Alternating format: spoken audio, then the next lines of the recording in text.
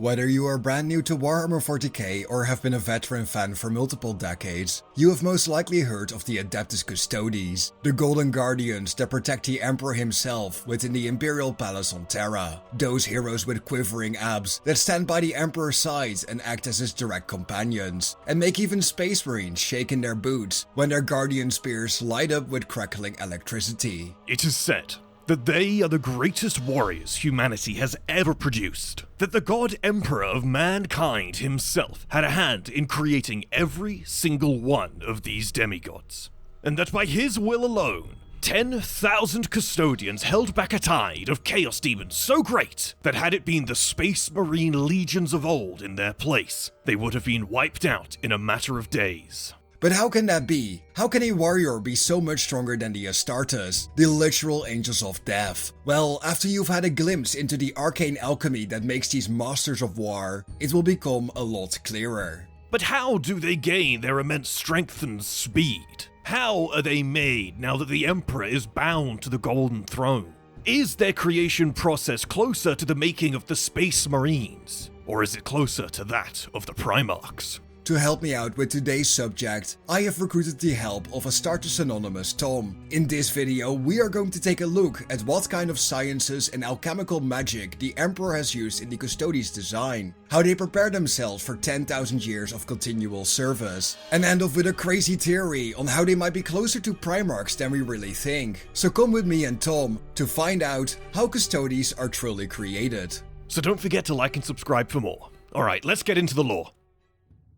Before we take a look at how a member of the Adeptus Custodes is created, we first have to understand what a custodian actually is. Don't worry, I'll keep it short. They are the Emperor's bodyguards, his 10,000, the golden death to his enemies. The Adeptus Custodes are the Emperor's noble emissaries and pitiless executioners. Not only do they protect the Emperor, but they also guard his vaults and secrets. None within the Imperium can compare to the unwavering loyalty of the Custodes. For 10,000 years have they stood sentinel over the Carrion Lord of the Imperium, and for 10,000 years have they been his unstoppable rod made flesh. They are his elevated elite, with each custodian being independent and an army by themselves. They are clad in nigh impregnable aramite, with individually crafted weapons used to slay the greatest enemies of man, physically and mentally created by such arcane designs that none but the Emperor himself can ever truly understand. They slay Space Marines and monsters alike with horrific ease.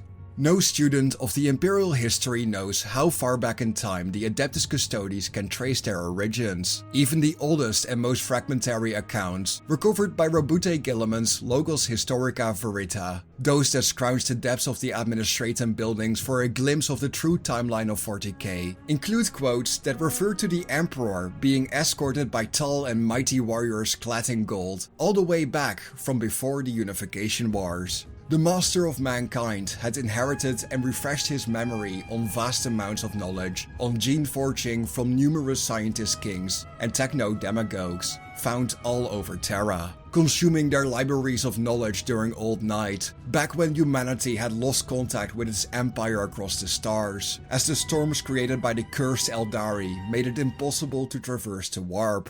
Legend has it that the Emperor rose in power around this time, and with his unimaginable intellect, was able to make use of his attained genomantic lore. It is this, the learned few believe, that allowed the Emperor to make the Adeptus Custodes. The truth is hidden within crude cave etchings, hieroglyphic, stasis-locked scraps of parchment, and gene-sealed tomes no living person can open to this day. These fragments speak of trusted bodyguards and advisors, and great victories won against monstrous beings. Some historians know such texts exist, and are frustrated by the fact that they can never access them. Most are lost or hidden, whether that be on Terra, Mars, or a handful of other worlds in the solar system. There is a precious small amount of detail about the Custodian's role during the Horus Heresy in the current day archives, which goes even beyond the usual sparsity of unauthenticated sources from that dark time. It is thought that the first Custodes leader was a warrior named Constantine Valdor, who disappeared from records right after the Horus Heresy. We, as the audience, believe he might become the King in Yellow.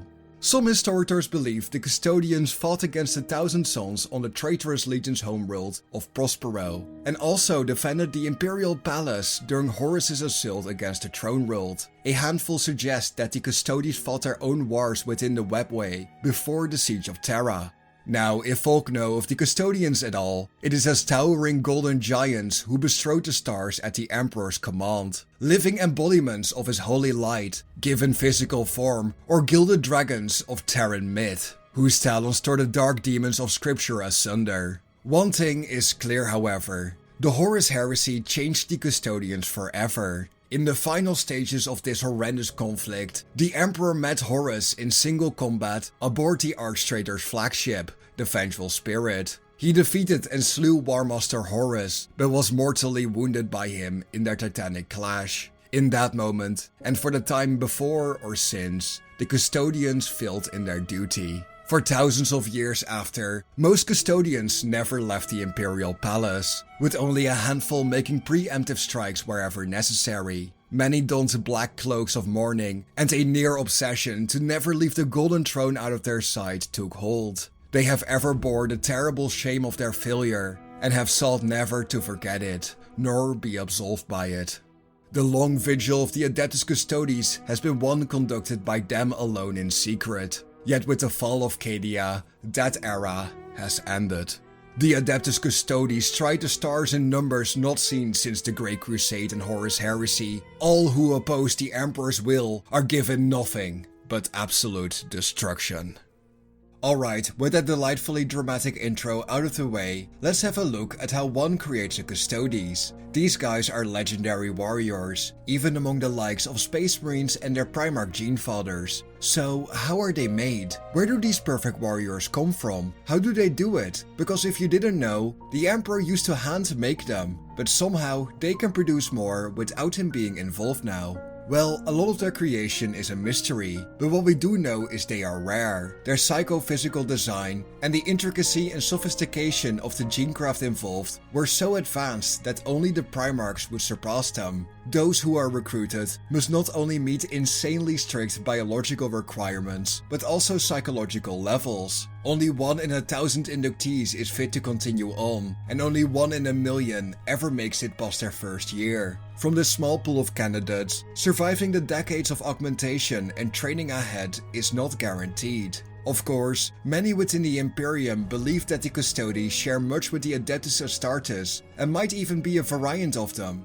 but this comparison is crude. Even calling them a second or improved iteration of the Adeptus Astartes would be utterly inaccurate. In a lot of ways, they are closer to the Primarchs in their genetic build, but we will get to that in a second. If the Space Marines are the sons of the Primarchs, then the Custodians are the children of the Emperor. Potential Custodians are taken in at a very young age to better survive the rigors of their transformation. While Space Marines are taken as young children, up to as old as 10, Custodes are taken while they are still infants, usually never reaching over the age of 3. Due to the fundamental changes to their flesh, minds and souls, to become a Custodes is almost like becoming a god. The nobility of Terra during the Unification Wars and Great Crusade gave entire generations of their children to become inductees. The honor of having your child near the God Emperor, a dream for anyone to compete in. While we are not 100% sure what the rules of induction are, the child must be clear of mind, pure of soul, and a physical example to its brethren, with no imperfections within its flesh or genetic lineage. When taken, Custodes have to survive decades of alchemical and sorcerous augmentations and arcane psychological change. This creation process is brutal and known to be even more deadly than that of the Space Marines. In a way, they are using scientific sorcery with warp juices and other unknown rituals to empower the flesh and soul to take in the changes. In this way, it is essentially preparing the body to be able to undergo full transformation into a demigod. Custodes are cognitively conditioned to the point of perfection. They are required to have many talents beyond the physical, and this quite literally rebuilds their mental capacity from the ground up. Their intelligence and mindset need to be one that can rival the intellect of the Emperor himself. to comprehend more than 50,000 years of history, theories, and information that a normal man would spend lifetimes trying to understand. Every custodian is utterly loyal, remorseless, and tireless in their vigilance. Only their duty to the Emperor must matter, with their discipline reaching so deep into their unconscious desire that they become duty. They cannot deny the Emperor, but they can question his choices. But they can indeed not disobey a command.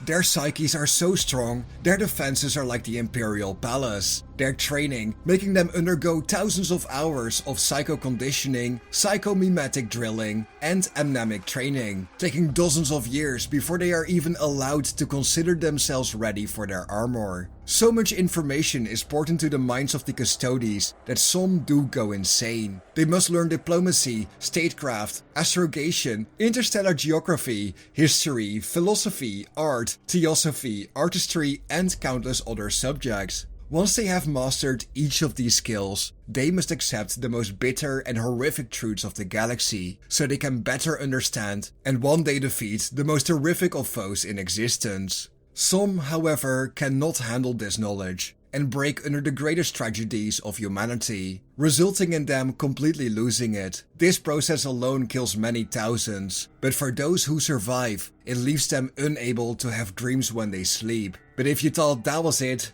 no, there is so much more to go. Custodes undergo far more than just mental training. Every inductee is not only remade in mind, but their bodies are made at a genetic level, essentially at the level of atoms. This process involves the most advanced genecraft and alchemy, which makes that of the Space Marines look simple and crude. They lack grafted muscles and tissue, instead having these built in with their genetic reforging. Even the most minute detail of a custodian's cellular structure and genome has been redesigned to fit the Emperor's vision.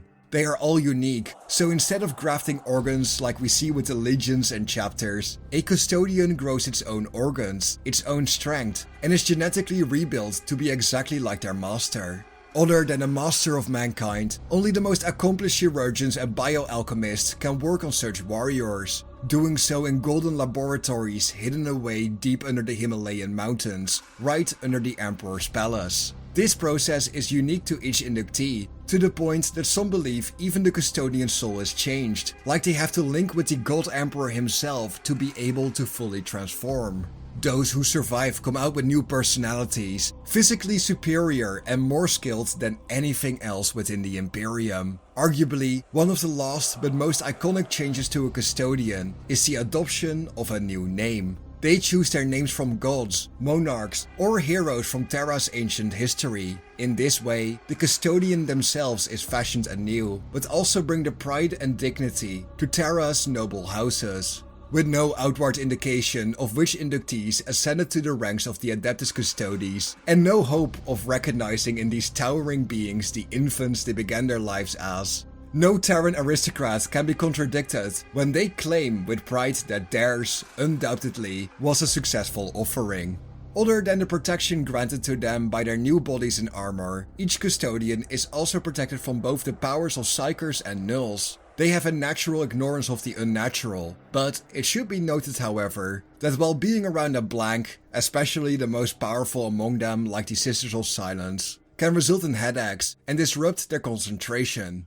Of the warriors of the Imperium, few get to study human culture, military and political history to the level of the Custodes. From this, they even learn the secrets of countless martial arts and subtle disciplines, which they call katas. Each has its own specialization, from entrapping their enemies to slaying entire hordes with a single stroke. But these katas also focus on esoteric disciplines such as politic, oratorial, and philosophical katas, each requiring decades, sometimes even centuries of constant studying and practice for a custodian to master.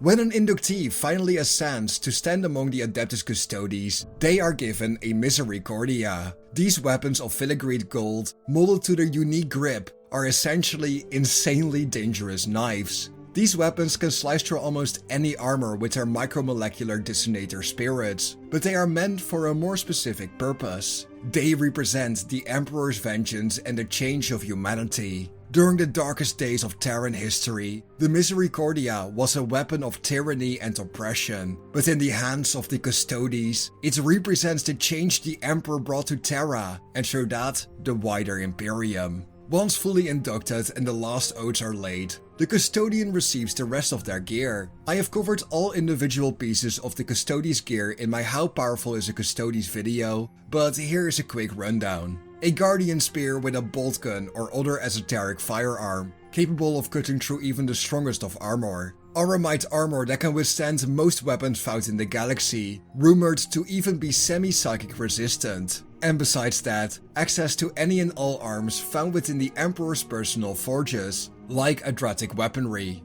The Adeptus Custodi has thus become one of the 10,000. Their harsh creation process is perhaps the only reason the Custodes never exceeded that number, but some also believe that there might be more to it. But with the duty of the Custodes never complete, so do their training and preparations never end. Custodes are known for always studying or sharpening their martial capabilities when they are allowed to have some downtime. But perhaps the most significant of these pastimes is the planning and participating in the Blood Games.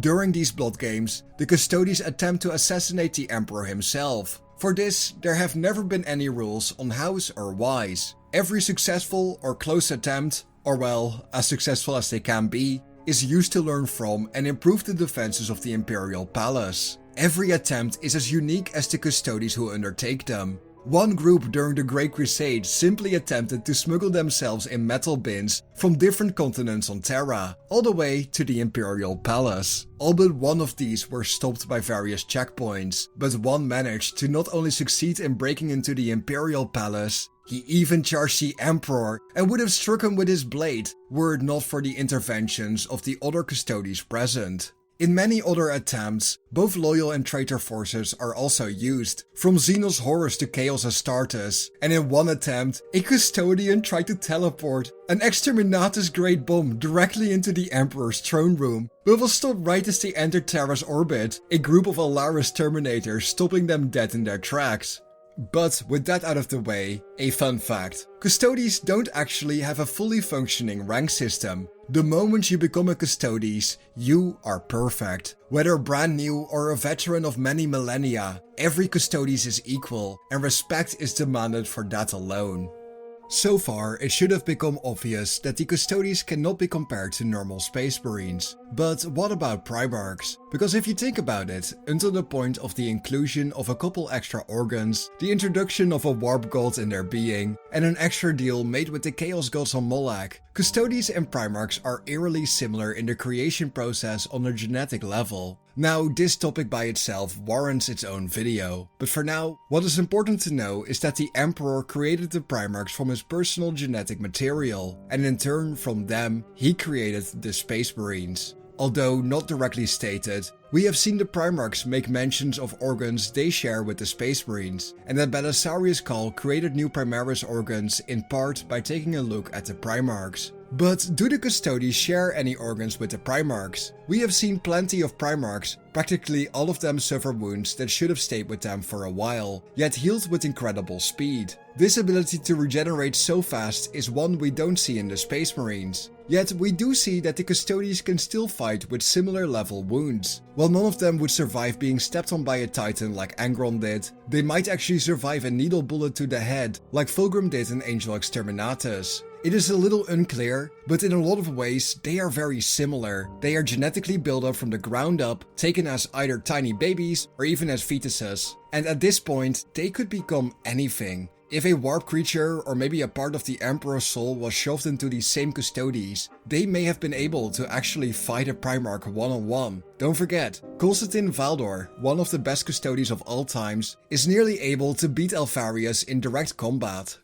If you're familiar with some of the more prominent characters among the Custodes, such as the aforementioned Constantine Valdor, Ra Endymion, and Diocletian Corals, you would know that the Emperor often has grander plans for individual Custodes. With every single one of them being unique, even the ones in the Era Indomitus have a purpose beyond themselves, such as Valerian. But while all of these purposes are hard to understand, even for the Custodes, none are more interesting than that of Diocletian. In the short story The Carrion Lord of the Imperium, we follow Diocletian between the Horus Heresy and right after. Yet a core part of this short story is not only the death of the Emperor, but also the nature of the Golden Throne and the Custodes. During this, we see Diocletian talk about how more or less none of the Custodes can dream except for him. Quick spoiler warning, this quote is from the Era of Ruin Horus Heresy anthology. Use the timestamps in the description to skip this part, in case you don't want to be spoiled.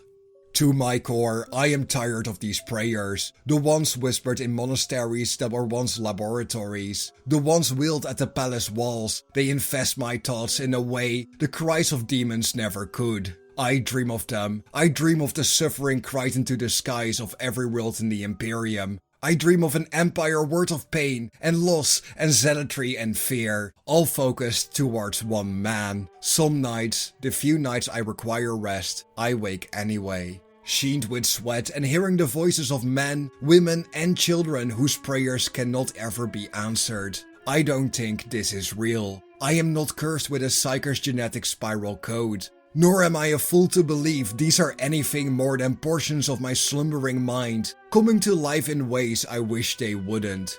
They are dreams, just dreams. Tonight, I will wear gold for the first time in what seems like an eternity. I will forego the black helmet of my shame and the symbolism of my bare skin. I will instead go to my king armed and armored, the way things used to be before we failed him. I am going to ask him a question. Something I've always wanted to know the answer to. Something I regret never asking him before. At long last, Diocletian stands before his king. He looks past the hanging wires that resemble intestines, the clicking, ticking life support engines, and the preservative mist sprayed into the air in 9-second intervals. He looks past the blood bags and vitae packets, linked intravenously to the thing on the throne, which is just a chair compared to the great and grand artworks. A throne with a capital T that makes it both a curse and the salvation of the species. He looks at the revenant husk of something that was somehow once, somehow is, a man. Something that shouldn't be alive and arguably isn't, by any mortal measure. Something tortured by its own impossible continuation, physically starved and physically bloated on the feasting of souls. It's forced to devour every day for its endless and agonizing existence. The weight of the centuries lies heavy on Diocletian's shoulders, here in these quiet seconds between a warrior and his liege. He feels the weight of his failure to protect his man, the knowledge that had the 10,000 done what was needed of them, then the Emperor would still be with them. Their king would still be a man, not a skeleton silently screaming into the midnight reaches of the universe to just give humanity a few more millennia. Diocletian lifts his gaze. He stares into what is left of his king's features, and in that moment, they appear as two sides of a coin. Created and creator.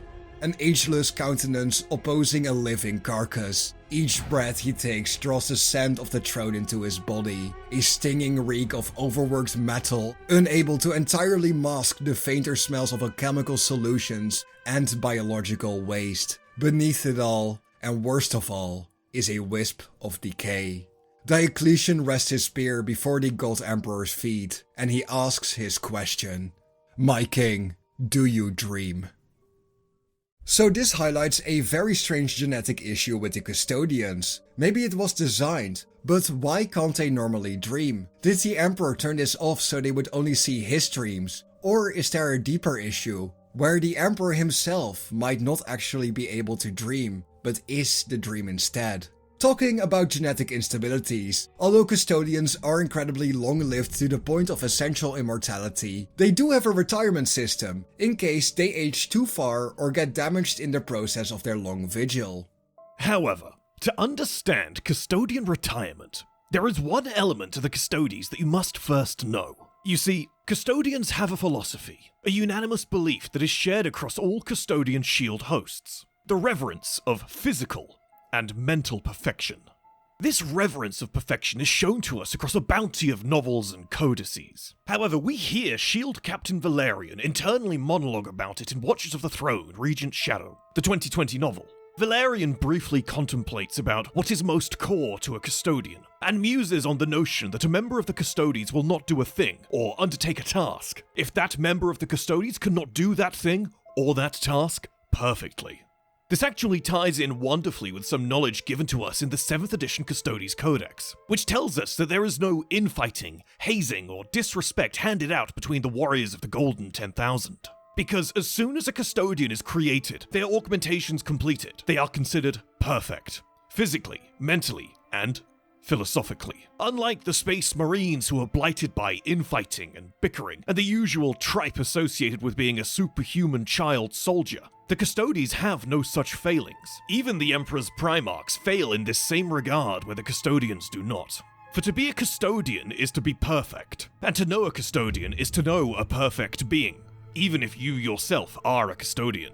Now you might be asking, what does this have to do with Custodes retiring? Simply put, if a warrior of the Golden 10,000's perfection is cracked, chipped, or diminished in even the most minor capacity by creed and culture, that warrior ceases to be a custodian. This can manifest in many forms. Of course, many of you watching will already be aware of how the 8th edition Custodes Codex informs us that when a custodian reaches a certain age, their reaction times may slow by 1/16 of a second, which to a human or even a space marine may be considered negligible. Yet, to one of the Golden 10,000, it is a signifier that their vigil has indeed come to an end. Though something that's glossed over in the 8th edition Codex is that this is also true of Custodes who've taken on bionics, an augmetic hand, or an optic implant, etc, etc. Any example of a custodian being less than as perfect as the day they were born anew is enough. The same codex shows us an image of an ex-custodian, not aged beyond reason, but instead rebuilt with various cybernetics. These less than perfect custodians become something called the Eyes of the Emperor. It's considered relatively common knowledge amongst Warhammer 40K enthusiasts that the Eyes of the Emperor are essentially just superhuman spies. As the 8th edition codex says, they go out into the galaxy adorning great black robes to report and inform the Captain General, the Master of the Custodes, on various uprisings and the like that could threaten the sanctity of Terra. However, we know from the 10th edition Custodes Codex that this is really just scratching the surface of what Eyes of the Emperor actually do. We know from Watchers of the Throne Regent's Shadow that these ex-Custodes have total autonomy when they go out into the galaxy, answering to no one but the Captain General, the Emperor of Mankind, and maybe Rabute Gilliman, the Primarch of the Ultramarines. And coming back to the 10th edition Codex, we know that spy work and running spy networks is something that only some of the Eyes of the Emperor actually do. In truth, the Eyes of the Emperor can do almost anything, at least almost anything that they think will benefit Terra. We know there are ex-custodians who are posing as cult leaders, demagogues the Codex describes them as. We know that there are ex-custodians who work in the Administratum as high adepts, basically using their intellect that is so great in its creation that it's surpassed only by the Primarchs, to look out for corruption and heresy in the droves of bureaucracy that the Imperium is famed for. There's even Eyes of the Emperor who have become Inquisitors, using the combined authority as emissaries of the God Emperor of Mankind, and that of the impossibly long reach of the Inquisition for untold ends. Hell, since the breaking of the Great Rift, there's ex-Custodes in Imperium Nihilus, the dark side of the galaxy, who've been forced to rule entire worlds in the stead of corrupt planetary officials. In truth, the community's understanding of the Eyes of the Emperor at large barely touches the surface of what they're actually capable of. They are so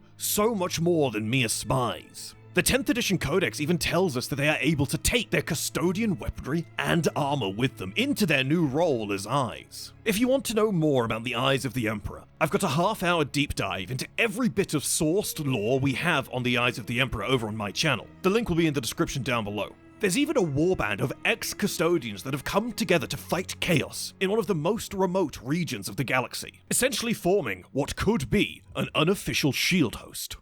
With all that being said though, not all custodians who've lost their title of perfect are able to become Eyes of the Emperor. You see, unlike the Astartes, individual custodians are given immense amounts of autonomy. This is described to us in their 9th edition codex and various Horus Heresy novels, where on the battlefield they don't typically fight as units. Each custodian fights his own war on his own terms. However, as mentioned in Regent Shadow, this autonomy stretches into their quote-unquote retirement as well.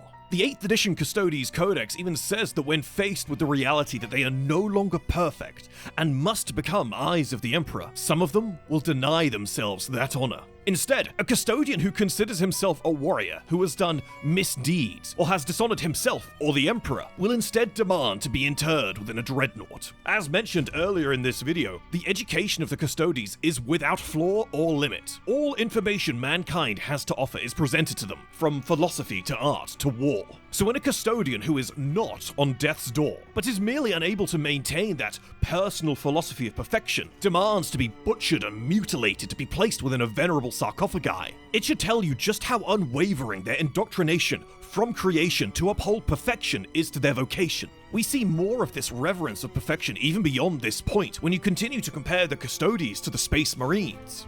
In a Space Marine chapter, the two most likely dreadnoughts you'll find yourself within are either Castaferum dreadnoughts or Redemptor dreadnoughts. These are both epic, terrifying war machines in their own right. Though within a Space Marine chapter, there are relic dreadnoughts that are held in much higher esteem, one of which is known as the Contemptor dreadnought, a relic of untold destruction that has seen zero production for 10,000 years. The few Space Marine chapters that are lucky enough to have one or maybe even two of these venerable walkers treat them with untold reverence. However, to the Custodes, the Contemptor dreadnought is the bottom of the barrel.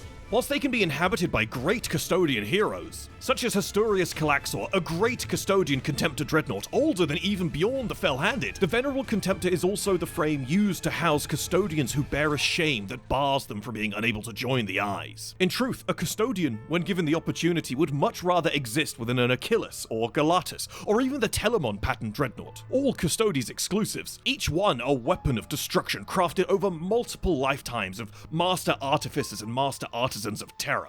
Even in shame and dishonor, the Custodians' need for perfection has them outshine even Space Marine heroes. To round this video out, we have to take a look at a rather controversial question, but it has to be asked. Are the Custodes the future of humanity, or are they just a new type of mutant? This is the perfect moment to mention the gene terrors of Old Night. While we all know of the cybernetic revolt and the wars humanity fought against the AI robot men of iron, few people actually know of the gene terrors as a whole, which yes, played out at the exact same time. In many books, we see the Imperium prosecute mutants to an extreme level. Even when Horus encountered the Interrex, many of his officers were disgusted at them being mutants that had changed their genetic code. During the Dark Age of technology, scientists had discovered many potentials within the human genome, which resulted in the fusing of human and alien biology and much more. Some of these experiments remain, such as the semi-stable Ogrins and Navigators, while others thankfully disappeared or were destroyed by the Emperor and his legions of gene-crafted monsters. But when the Dark Age of technology ended in an apocalypse of war and terror, as the Masters fought their creations in the shapes known to us in legend as the Men of Stone and the Men of Steel, the anarchy and destruction of widespread psyker emergence brought the dominion of mankind crashing down. The weapons of these times were left strewn across the worlds, left to rot or influence that which lived around it. Nowhere was this more apparent than on Terra itself, the seat and capital of that ancient empire, and storehouse of its secrets. For centuries, such dread secrets slumbered. In forgotten bunkers and armored vaults lay the masterless gene looms and autosurgical chambers of the Dark Age of technology, waiting for the ignorant and the power-hungry to set them to work once more to bloody and ill-reckoned purposes. This would result in even more violence, anarchy, and environmental collapse on old Earth. Genetically tailored viruses and wars became the norm. Immortality was bought with blood, and grotesque shock troops fought for crazed warlords all across Earth's burnt crust. Mutation, monstrosity, pogrom, disease and death unimaginable were let loose by the warlord's lust for conquest. Such was Terra's long night. by the time of the coming of the Emperor to finally quell the endless war. Splice-wrought and muscle-grafted warriors were the common currency of war, amid the techno-barbarian tribes and mercenary clans, which dominated much of desolate ancient Terra, while degenerate, gene-damaged mutants and abhumans haunted the ruins and waste beyond the holdfast of petty empires. The more extreme children of the Dark Age of technology were also a fearful legend which haunted, all too real, the dreams of men, be they the Excubari Vivamorphs or the Marc, who cult the young for beautiful flesh to graft to their own failing bodies, or the nightmare horrors of the gourmand clans of the deep sinks of the Detramerica, whose terrible strength and longevity were bought only at the price of a far more indiscriminate and insatiable hunger. Yeah, they were genetically created vampires. To break the rule of the foulest abominations humanity has ever produced, the Emperor created the Thunder Legions, fighting fire with fire. The Emperor would inherit the terrors of Genecraft and turn it to his own goals. From it, he forged his angels, while lesser men created mutilated monsters. But this is not the only legacy from these gene-crafted dogs of war. With their widespread usage, mutants and abhumans found all over the galaxy, the very base human genome was damaged. So at this point, aren't we all mutants? Now, I could explain this, but it is best to show this through the following excerpt from the End in a Death when Sanguinius asks the Emperor questions about what he will do to his tribe's genetics, resulting in the Emperor giving the Primarch the following vision.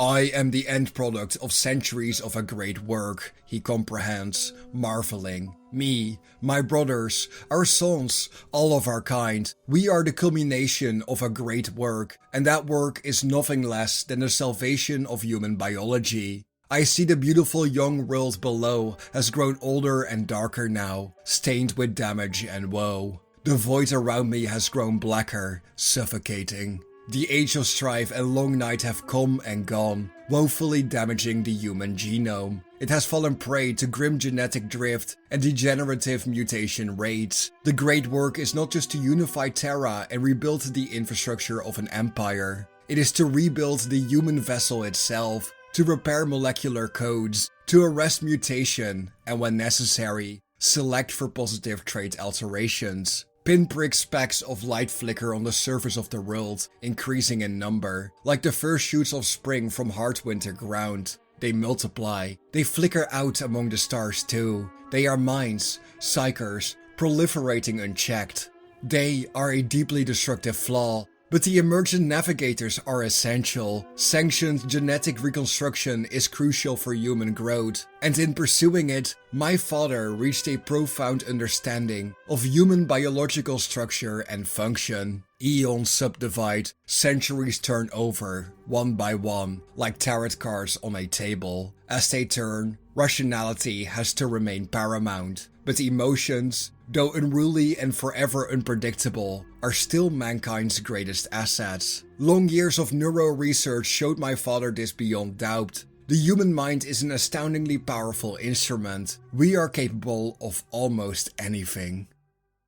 So yeah, with all of this, it is still very hard to figure out if Custodes would be seen as mutants. Now, this is a bit of a personal theory and a bit of a guesswork, but the Emperor has also admitted that he created the Space Marines, Primarchs and Custodes with certain human flaws such as fear, emotion and the capability to suffer. He himself even said this was to keep his creations human instead of creating monsters. The Emperor's great work is not only the command over the stars and an imperium of 1,000,000 worlds, but also to repair it. To repair the humans that live in it, and his mastery of genecraft is done to see both goals completed. The Custodes, by extension of this, could very well be one of his early steps into fixing humanity and turning us into something even better. But what do you think about all of this? If you could become a custodian, what kind of war gear would you carry into battle? If you could pick your name based on ancient titles and places, what would it be? I think the Custodes are some of the coolest and surprisingly unexplored factions in Warhammer 40K. They have a lot more lore than we usually give them credit for. So in the next year, I am planning to make a 3-hour deep dive into their lore and what really plays behind the scenes of the Imperial Palace. Thank you for watching. Let me know your thoughts, comments, suggestions, ideas and concerns down in the comment section below. Don't forget to check out Astartes Anonymous's amazing Eyes of the Emperor video, and give them a like and a comment for me. Like and subscribe if you think I deserved it with this video. Once again, a heartfelt thank you for watching, and I'll be seeing you in the next one. Bye bye.